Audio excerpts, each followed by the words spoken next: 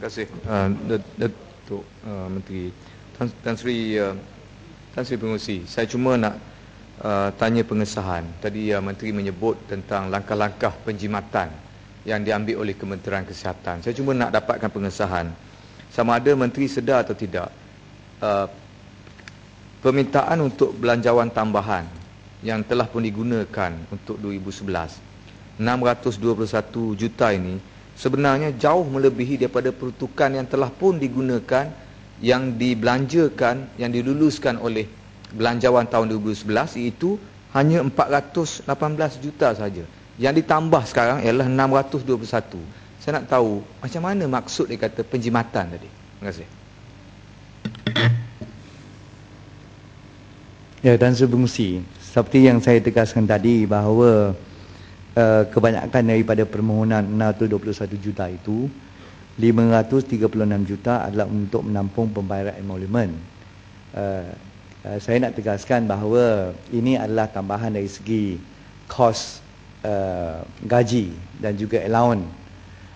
Dan juga kita sedia maklum bahawa sekarang Kementerian Kesihatan memberi perkhidmatan yang orang kata lebih menyeluruh, termasuk kita memberi perkhidmatan masa yang panjang. Kita daripada klinik kita ada lot extended hour.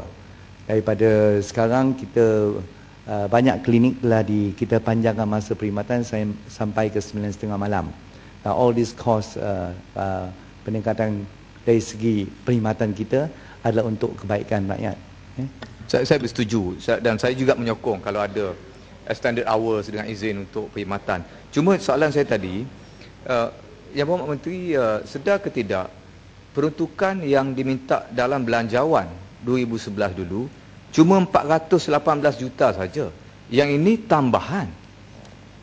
Yang peruntukan asal digunakan 418, peruntukan tambahan 621. Maknanya jauh melebihi 100% daripada peruntukan asal. Maknanya jangkaan untuk emolumen dalam Kementerian Kesihatan tu tersasar jauh sangat, sehingga kan perlu tambahan jauh lebih daripada peruntukan asal dia.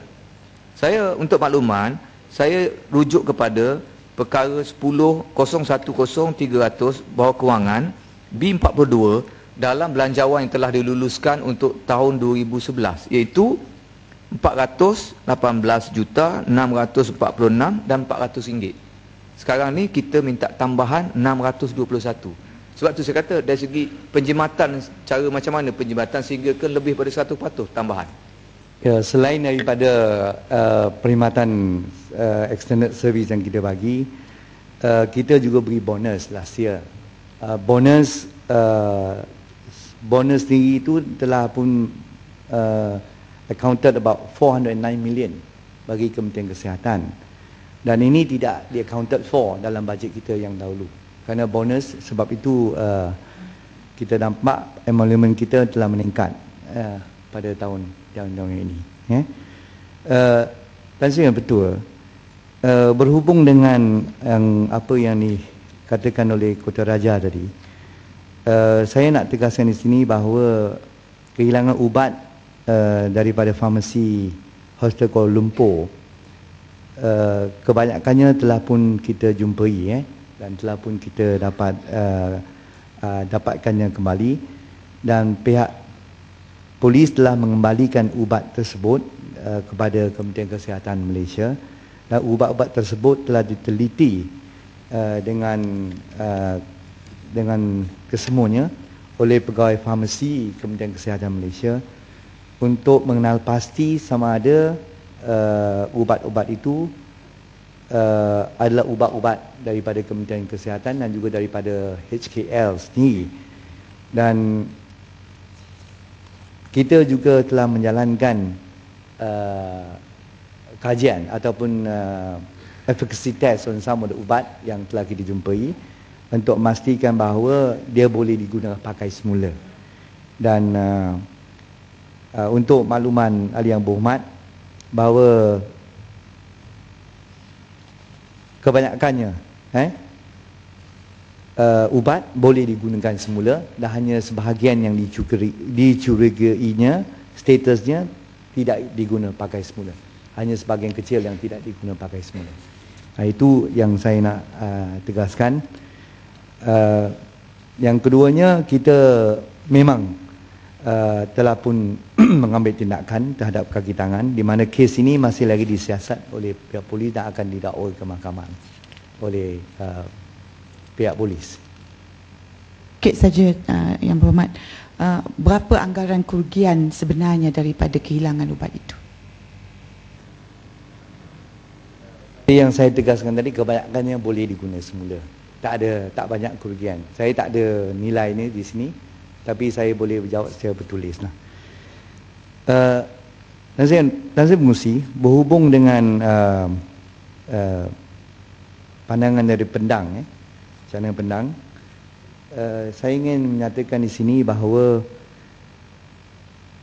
mulai 1 Julai 2011, allowance untuk pakar kesihatan dan perubatan adalah sama. Oleh itu apa juga insentif yang diberi pada klinikal perubatan juga diberi sama kepada pakar-pakar kesihatan awam.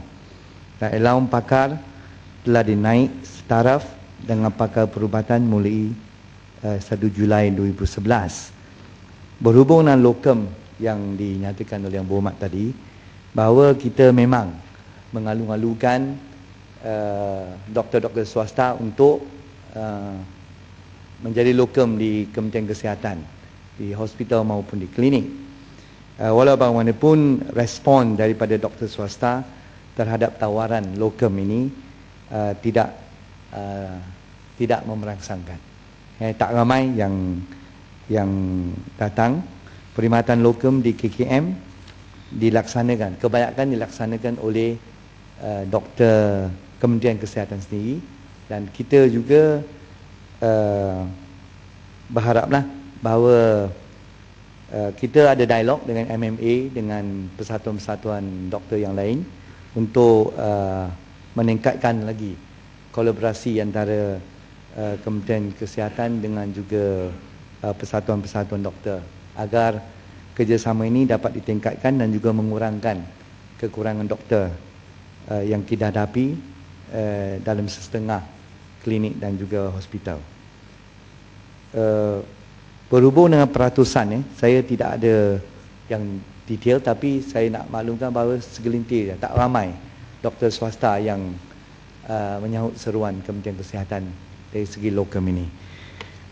Berhubung dengan ada beberapa jawapan yang saya nak bagi di sini semasa ahli-ahli Yang Berhormat yang menyertai perbahasan dasar dulu, terutama sekali daripada nampak Yang Berhormat Kuala Kedah ada sini. Yang Berhormat Kuala Kedah ada menyentuh tentang hospital Langkawi dan juga kemudahan-kemudahan di Langkawi. Yang Berhormat Langkawi juga ada selalu jumpa saya, ada tanya berhubung dengan kemudahan kesihatan di Langkawi. Sukacita saya maklum di sini bahawa kemudahan kesihatan yang terdiri daripada sebuah hospital, 3 klinik kesihatan, 11 klinik laser dan 4 klinik pergigian ada di Langkawi. Dan manakala kemudahan kesihatan swasta terdiri daripada 10 klinik perubatan dan 3 klinik pergigian di Langkawi. Semua pelancong asing yang jatuh sakit semasa berada di Pulau Langkawi boleh menggunakan mana-mana kemudahan kesihatan yang sedia ada bagi keperluan mereka. Dan suka cerita saya nak umumkan di sini juga, nak bagi tahu Yang Berhormat bahawa hostel Langkawi kini adalah hostel berpakar. Oleh itu, kalau dulu kita khawatir sekiranya ada apa-apa emergency, appendix ke ataupun jatuh sakit ke, kita emergency kena hantar melalui ferry ke Kuala Kedah ataupun kalau Star. Tapi sekarang kerana kita dah ada pakar bedah ada di hostel Langkawi, kita ada pakar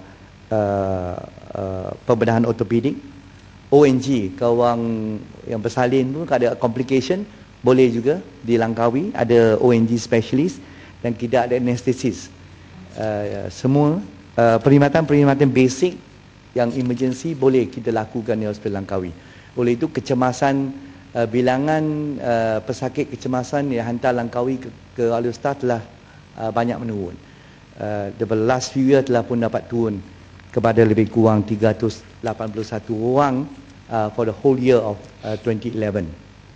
Kerana kita telah menyediakan doktor-doktor pakar di hospital Langkawi. Boleh mencelah? Ya. Terima kasih Tan Sri. Apabila Menteri menjawab tentang adanya pakar di Hospital Langkawi, memang kita mengalu-alukanlah. Tapi apa jadi dengan apa bot ambulan yang tak silap saya sekarang ni sudah dah condemn, tak boleh nak pakai lagi. Apa akan dibuat dengan bot tersebut? Jual saja bersih buruk ke, ataupun repair boleh? Terima kasih. Terima kasih. Pagi tadi yang Berhormat Langkawi baru sentuh pasal bot ambulan laut ini. Saya faham perasaan yang Berhormat lah, kerana beliau yang banyak kali menjemput saya ke Langkawi untuk menyelesaikan masalah emergency di Langkawi. Dan untuk makluman ahli yang berhormat, bot itu disediakan oleh Kementerian Pengangkutan. Seperti yang dijawab oleh Menteri Kementerian Pengangkutan pagi tadi, bahawa priority is not to fetch patient lah. Priority dia ada yang lain. Sebab akhir sekali, pada mulanya mereka setuju untuk membawa pesakit daripada Langkawi ke Alor-Star. Nampaknya akhir sekali, nampaknya tak jadilah, kerana mereka lebih mementingkan dia ada urusan dia. Kita faham masalah Kementerian Pengangkutan. Oleh itu kita telah pun bagi Kementerian Kesihatan, kita telah mengambil tindakan kita sendiri. Kita menyewa ferry yang sedia ada dan memberi perkhidmatan yang baik jugalah. Walaupun sebelah malam pun ada ferry, walaupun emergency malam pun kita ada ferry, walaupun tak berapa selesa lah compare to the special boat yang disediakan oleh Kementerian Pengangkutan.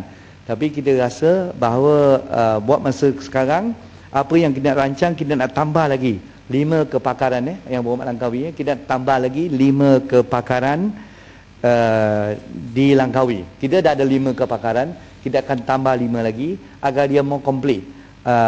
Contohnya seperti ophthalmology, mata ataupun dermatologi, telinga, hidung dan tekak, perubatan respiratory dan juga nefrologi. Yang kita dapat sekarang bantuan daripada Alor-Star. Itu yang perkhidmatan yang dapat Alor-Star. Tapi bagi Langkawi yang kita nak tambah, 5 lagi perkhidmatan nak tambah ni adalah kepakaran dari segi pediatrik. Budak-budak kecil yang kena tambah, perubatan kecemasan, psikiatri, radiologi dan patologi klinikal. Ini 5 bidang. Sedikit. Ya.